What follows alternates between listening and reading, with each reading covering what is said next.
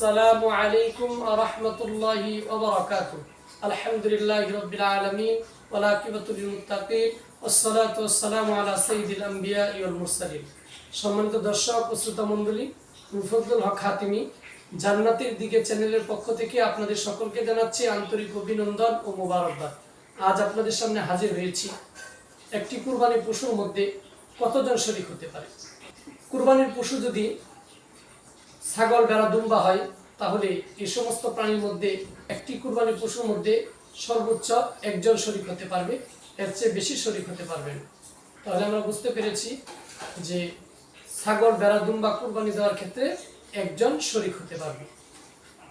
গরু, মহিষ এই সমস্ত প্রাণী কুরবানি দেওয়ার ক্ষেত্রে এই কুরবানির পশুর মধ্যে সর্বোচ্চ 7 জন শরীক হতে পারবে। 7 জন শরীক মিলে একটি গরু অথবা একটি মহিষ কুরবানি দিতে পারবে।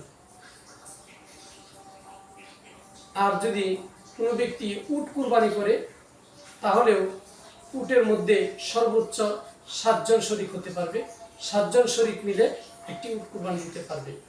তবে এই 3 শ্রেণীর পশু, উট এবং গরু, মহিষ ও ছাগল, ভেড়া, দুম্বা, এই 3 শ্রেণীর পশু যেগুলোর মধ্যে 7 জন শরীক হতে পারে, যেমন গরু, মহিষ, এটার মধ্যে যদি 7 জনের কমে হয়, 5 জন শরীকে মিলে গরু কুরবানি দেয়, 3 জন শরীকে মিলে কুরবানি দেয়, বা 2 জন শরীকে মিলে কুরবানি দেয়, তাহলে কোনো সমস্যা নেই, কুরবানি হয়ে যাবে। 7 জন হচ্ছে সর্বোচ্চ।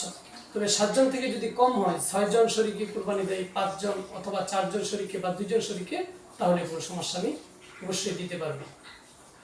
তো সর্বোচ্চ সংখ্যা হচ্ছে 7 জন। আরেকটা মাসআলা হচ্ছে, আমরা পশু কুরবানি দিই, গরু, ছাগল, মহিষ বা উট, এই সমস্ত পশু কুরবানি দেওয়ার ক্ষেত্রে কি পুরুষ পশু হতে হবে নাকি মহিলা পশু হলেও চলবে? গরু কুরবানি দেওয়ার ক্ষেত্রে ষাঁড় গরু কুরবানি দিতে হবে নাকি গাভী গরু কুরবানি দিলে চলবে? হ্যাঁ, যে সমস্ত পশু আমরা কুরবানি দেই ওগুলো পুরুষ পশু কুরবানি দেওয়া যাবে, মহিলা পশু কুরবানি দেওয়া যাবে। অর্থাৎ ষাঁড় গরু দিয়েও যদি আমরা কুরবানি দেই তাহলে যেমন হবে, ঠিক তেমনিভাবে গাভী গরু দিয়ে যদি কুরবানি দেই তাহলে আমাদের কুরবানি হবে। খাসি দিয়ে কুরবানি করলে যেভাবে কুরবানি হয়, ঠিক তেমনিভাবে ছাগল দিয়ে যদি কুরবানি করি তাহলে আমাদের কুরবানি যথেষ্ট হবে। ঠিক তেমনিভাবে উট এবং উটনি উভয়টা দিয়ে কুরবানি করা যাবে। আল্লাহ সুবহানাহু ওয়া তাআলা আমাদেরকে বুঝার এবং আমাদের তৌফিক দান করুন।